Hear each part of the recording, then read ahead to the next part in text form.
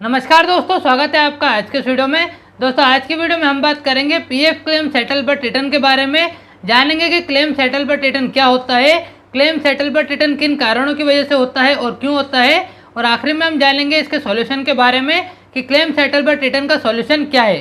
तो चलिए शुरू करते हैं आज का वीडियो। और वीडियो शुरू करने से पहले आपसे रिक्वेस्ट है कि चैनल पर आप नए हैं तो चैनल को सब्सक्राइब जरूर कर लें, क्योंकि ईपीएफ से जुड़ी जानकारी आपको इस चैनल पर मिलती रहेगी। दोस्तों जैसा कि आप जानते हैं कि जब हम पीएफ क्लेम करते हैं तो अगर हमारा क्लेम सेटल होता है तो हमारा सेटल किया गया अमाउंट हमारे बैंक अकाउंट में आ जाता है। लेकिन अगर हमारा क्लेम रिजेक्ट होता है तो हमें पैसा नहीं मिलता है, क्योंकि हमारा पीएफ क्लेम रिजेक्ट हो चुका है। लेकिन इन दोनों सिचुएशन के अलावा भी एक और सिचुएशन होती है जिसमें कि हमारा पीएफ क्लेम सेटल तो हो जाता है लेकिन हमारा सेटल किया गया अमाउंट हमारे बैंक अकाउंट में नहीं आता है।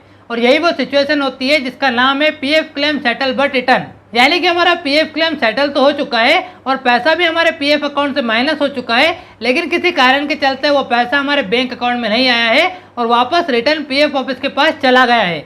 तो इसी को कहते हैं PF claim settle but return. तो अभी आपने ये जाना कि PF claim settle but return क्या होता है। अब हम बात करते हैं कि PF claim settle but return क्यों होता है और किन कारणों की वजह से होता है। तो दोस्तों PF claim settle but return होने का एक ही कारण है जिसकी वजह से PF claim settle but return होता है। वो कारण ये है कि हमारे पीएफ अकाउंट में बैंक डिटेल का गलत लिंक होना। तो जैसा कि आप जानते हैं कि हमें अपने पीएफ अकाउंट में बैंक अकाउंट को लिंक करना होता है, और पीएफ अकाउंट में बैंक अकाउंट को लिंक करने के लिए हमें बैंक अकाउंट नंबर और बैंक आईएफएससी कोड को एंटर करना होता है।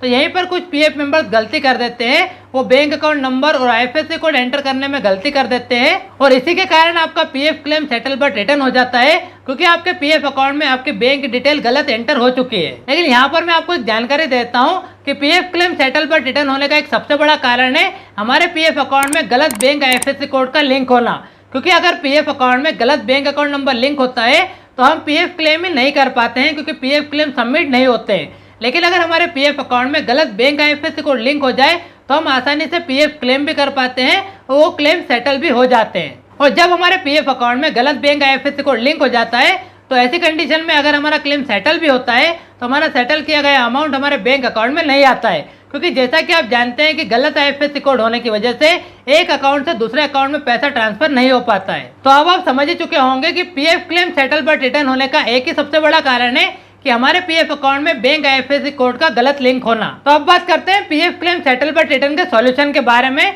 तो PF claim settle but return के सॉल्यूशन के बारे में जानने से पहले तो हम ये जान लेते हैं कि हमें ये कैसे पता चलेगा कि हमारा PF claim settle but return हो चुका है, क्योंकि जब तक हमें प्रॉब्लम नहीं पता चलेगी तब तक हम उस प्रॉब्लम का सॉल्यूशन भी नहीं कर पाएंगे। तो आपका PF claim settle but return हुआ है या नहीं ये आप कैसे पता करेंगे। तो जब आपका क्लेम सेटल हो जाए और आपका क्लेम सेटल होने के 3 दिन के अंदर भी आपका सेटल किया गया अमाउंट आपके बैंक अकाउंट में अगर ना आए तो ऐसी कंडीशन में आपको आपके पीएफ की पासबुक में लॉगिन होना है। पीएफ की पासबुक में एक ऑप्शन है क्लेम स्टेटस का, यहाँ से जाकर आप अपने क्लेम का सही स्टेटस चेक कर सकते हैं। अगर आपका PF claim settle but return हुआ होगा, यानी कि आपका PF amount return PF office के पास चला गया होगा, तो जब आप पीएफ के पासबुक में क्लेम स्टेटस पर जाकर आपके क्लेम का स्टेटस चेक करेंगे तो वहाँ पर आपको रिमार्क में क्लेम सेटल बट रिटर्न का एक रिमार्क शो होगा। अगर आपको ये लाइन शो होती है, यानी कि क्लेम सेटल बट रिटर्न का रिमार्क शो होता है, तो ये बात पक्की है कि आपका PF claim settle but return हो चुका है। अब आपको ये पता चल गया है कि आपका क्लेम सेटल बट रिटर्न हो चुका है और आपको प्रॉब्लम के बारे में पता चल चुका है। अब आपको इस प्रॉब्लम को सॉल्व करना है। तो PF claim settle but return की प्रॉब्लम को कैसे सॉल्व करना है आइए जानते हैं। तो जैसे ही आपको ये पता चलता है कि आपका PF claim settle but return हो चुका है तो आपको सबसे पहले तो अपने पीएफ ऑफिस में कांटेक्ट करना है, अपने पीएफ ऑफिस में बात करनी है और उन्हें ये सब बताना है कि आपका PF claim settle but return हो चुका है। वो आपसे आपका यूएन नंबर पूछेंगे, आपको अपना यूएन नंबर बता देना है। अब मैं आपको पीएफ ऑफिस में कांटेक्ट करने का क्यों कह रहा हूँ ये आप वीडियो में अपने आप समझ जाएंगे, लेकिन आपको आपके रीजनल पीएफ ऑफिस में कांटेक्ट जरूर करना है। अब रीजनल पीएफ ऑफिस में कांटेक्ट करने के कई सारे तरीके हैं, अगर आप उन्हें जानना चाहते हैं तो इसके लिए मैंने कंप्लीट वीडियो बना दिया है, उस वीडियो का लिंक आपको आई बटन पर मिल जाएगा। तो अगर आप अपने रीजनल पीएफ ऑफिस में कांटेक्ट करते हैं और आपके पीएफ ऑफिस वाले अगर आपको कहते हैं कि कुछ दिन वेट कर लीजिए, आपका जो अमाउंट रिटर्न आया है उस अमाउंट को आपके पीएफ अकाउंट में वापस जमा कर दिया जाएगा, उसके बाद आप वापस से क्लेम करके अपना पैसा पा सकते हैं, तो आपको कुछ दिन वेट कर लेना है। क्योंकि दोस्तों PF claim settle but return होने की कंडीशन में होता ही है कि जो अमाउंट आपका रिटर्न पीएफ ऑफिस में चला गया है उस अमाउंट को पीएफ ऑफिस वाले आपके पीएफ अकाउंट में वापस से जमा कर देते हैं।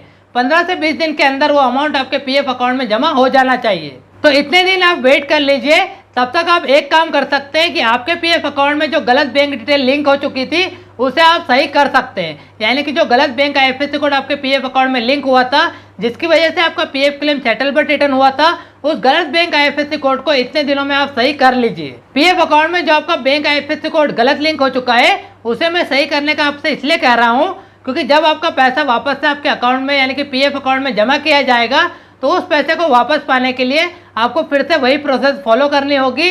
यानी कि फिर से आपको क्लेम सबमिट करना होगा, फिर से आपका क्लेम अंडर प्रोसेस जाएगा, फिर से आपका क्लेम सेटल किया जाएगा और सेटल होने के बाद में आपका जो सेटल किया गया अमाउंट है फिर से वो एनईएफटी के जरिए आपके बैंक अकाउंट में आएगा। तो फिर से आपको वही परेशानी यानी कि क्लेम सेटल बट रिटर्न की परेशानी ना हो, इसीलिए मैं आपको आपके बैंक केवाईसी को सही करने का कह रहा हूँ कि आप अपने पीएफ अकाउंट में जो गलत आईएफएससी कोड लिंक हो चुका है उसे आप सही कर लो, तब तक आपके पीएफ अकाउंट में पैसा भी जमा हो जाएगा। लेकिन अगर ऐसा नहीं होता है यानी कि जो अमाउंट आपका रिटर्न पीएफ ऑफिस के पास चला गया था वो अमाउंट अगर आपके पीएफ अकाउंट में वापस से जमा नहीं होता है तो ऐसी कंडीशन में आपको एएसआर फॉर्म को भरकर आपके रीजनल पीएफ ऑफिस में जमा करना है। अब एएसआर फॉर्म क्या होता है, एएसआर फॉर्म को किस तरह से भरा जाता है, इसके लिए मैंने कंप्लीट वीडियो बना दिया है, उस वीडियो का लिंक आपको आई बटन पर मिल जाएगा। इस फॉर्म को भरने से और पीएफ ऑफिस में जमा करने से होगा ये कि जो अमाउंट आपका रिटर्न पीएफ ऑफिस के पास चला गया था वो अमाउंट आपके पीएफ अकाउंट में जमा ना होकर आपके बैंक अकाउंट में ही आ जाएगा। लेकिन एएसआर फॉर्म को भरने से पहले और पीएफ ऑफिस में जमा करने से पहले आपको आपके पीएफ अकाउंट के बैंक केवाईसी को सही कर लेना है, जो कि मैं आपको पहले ही बता चुका हूँ। तो दोस्तों क्लेम सेटल बट रिटर्न के ये थे 2 सॉल्यूशन जिनकी मदद से आप अपना रिटर्न गया पैसा वापस पा सकते हैं। दोस्तों उम्मीद करता हूँ कि क्लेम सेटल बट रिटर्न के बारे में मैं आपको डिटेल में और आसानी से समझा पाया हूँ। लेकिन अगर आपको क्लेम सेटल बट रिटर्न के बारे में और कोई डाउट है और कोई सवाल है जिनका जवाब आप मुझसे जानना चाहते हैं तो आप मुझे वो सवाल कमेंट बॉक्स में पूछ सकते हैं। वीडियो आपको पसंद आया तो लाइक जरूर करें, चैनल पर आप नए हैं तो चैनल को सब्सक्राइब भी जरूर कर लें क्योंकि ईपीएफ से जुड़ी जानकारी आपको इस चैनल पर मिलती रहेगी।